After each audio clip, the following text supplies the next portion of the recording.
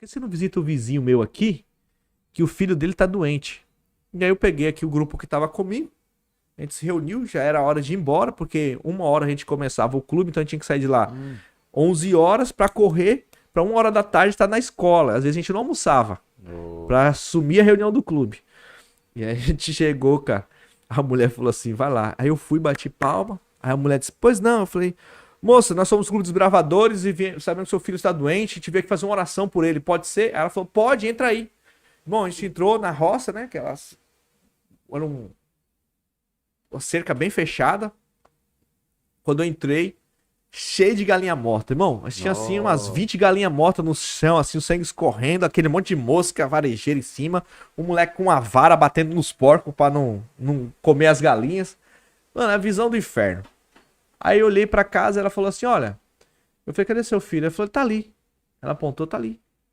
Aí eu olhei e ele tava um rapaz sentado num sofá. Ela falou, vá lá. Aí eu falei, posso ir lá? Ela falou, pode. Aí eu fui, Revis. Quando eu cheguei lá, que eu estendi a mão pro garoto, assim, e aí? Tudo bem? Qual é o seu nome? E peguei na mão dele. Na hora que eu peguei na mão dele... Desculpa. Já brincou daquela brincadeira, mãe da mula? Estelação Nova Sela, que o cara vem. Como que é o nome aqui?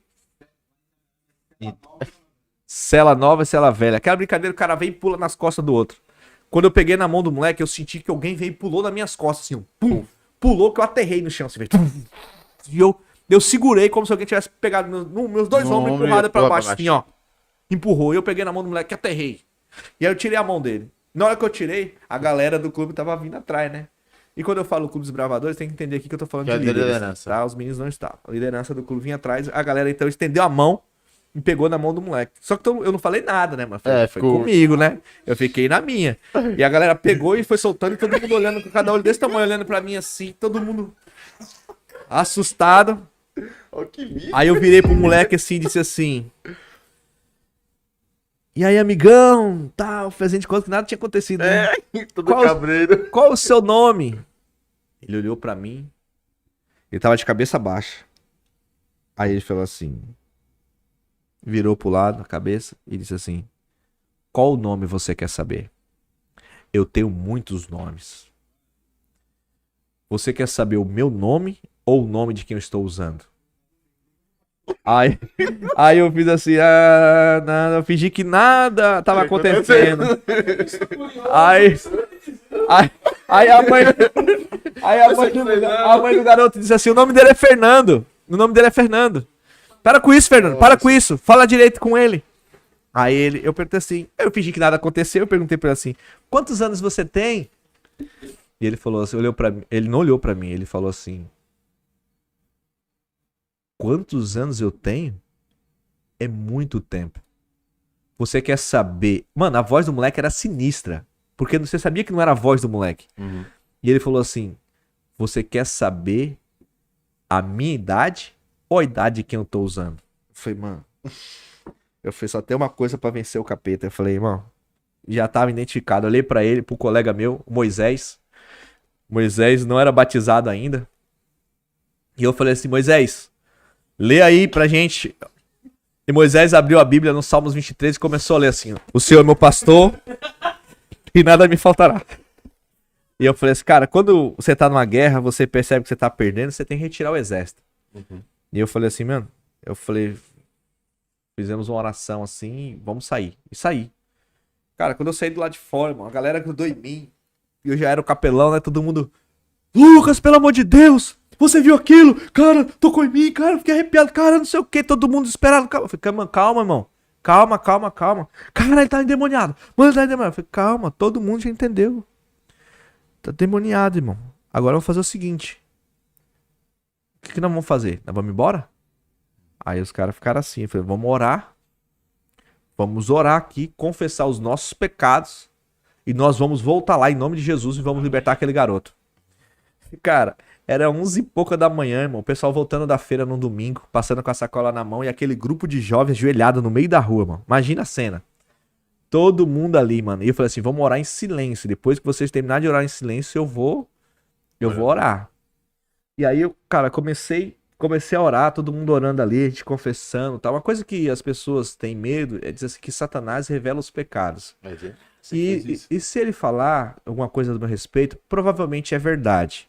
Porque eu sou muito pior do que o relatório dele pode dar. Eu sou salvo pela graça de Cristo. Amém. E a igreja tem que submeter à graça de Cristo, porque ele é o acusador do irmão. Ele faz a obra dele. Ele escolheu acusar. Jesus nasceu e escolheu me salvar. Amém.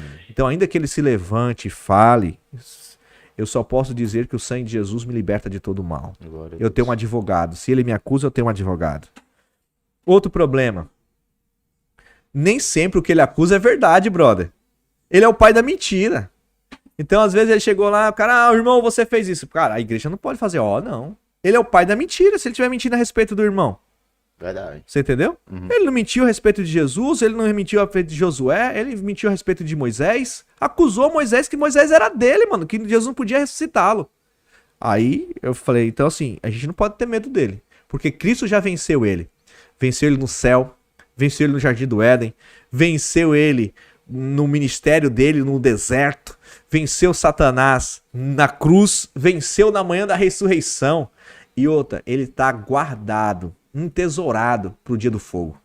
Então, vai ser a última batalha e ele vai ser derrotado de novo. Ele deve estar assistindo aí nosso podcast, deve estar revoltado, mas já vencemos em nome de Jesus, irmão. Amém, glória a Deus. Então, cara, aí nessa hora a gente ajoelhou ali e orou. E eu lembro da minha oração, eu disse pra Deus que eu era pequeno demais pra enfrentar o inimigo. E que eu não tinha força pra ir lá. E oramos juntos pedindo assim, Senhor, queremos que o Senhor vá na frente. Que o Senhor liberte aquele garoto, porque a gente não tem força, a gente vai atrás do Senhor. O Senhor é nosso escudo e fortaleza, socorro bem presente na tribulação. E eu falei, então o Senhor vai na frente, a gente vai atrás. E ele vai ser liberto em nome do Senhor. Amém. Cara, a gente voltou, mano. A avançar e juvenis. Enfrentando a estrada ao pó. Quando chegamos na casa, pá, a mulher abriu. Eu falei, senhora, eu voltei porque a gente quer falar com seu filho, quer orar com ele. Ela disse assim, entre, meu filho, entre. Porque depois que vocês saíram daqui, aconteceu uma bênção. Eu falei, o que foi? Ela falou, olha, meu filho saiu do quarto, que fazia mais de um mês que ele não saía daquele sofá. Olha ele lá. Ele tava do lado de fora, caminhando. E ela falou assim, e ele tá falando normal. Ele tá falando normal.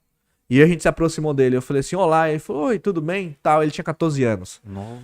E o Fernando começou a conversar com a gente normalmente, cara, voz normal, tudo normal. E ele não tinha reconhecido a gente. Pensou que era o primeiro encontro nosso. Sim.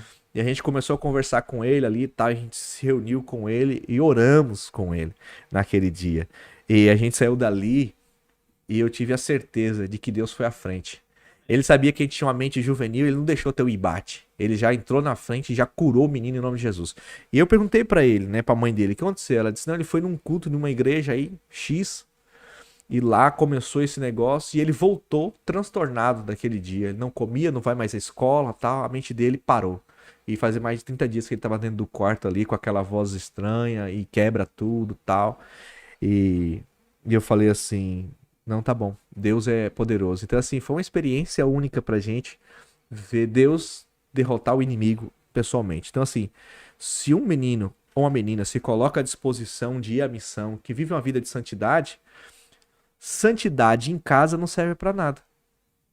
Eu ficava pedindo a Deus o Espírito Santo, direto pra Deus. Senhor, eu quero receber o Espírito Santo. Senhor, eu quero ver o coxo andar. Senhor, eu quero libertar pessoas. Aí Deus falou pra mim assim, pra quê? Pra você ficar em casa assistindo sessão da tarde, que naquele tempo era o que eu tinha, né? Você quer o Espírito Santo pra quê? Pra poder zerar a Netflix? Brother, o Espírito Santo é dado pra quem está na missão. Quem está em campo de batalha. E eu fui pro campo da batalha e lá eu vi a mão do Senhor. Então, assim, é um desafio pra você aí, né? Que tá em casa, não tem o que fazer, tá no tédio. Se aventura. Vai pregar o evangelho, você vai ver o diabo. Se você não tá vendo ele, é porque ele tá do seu lado já. Então...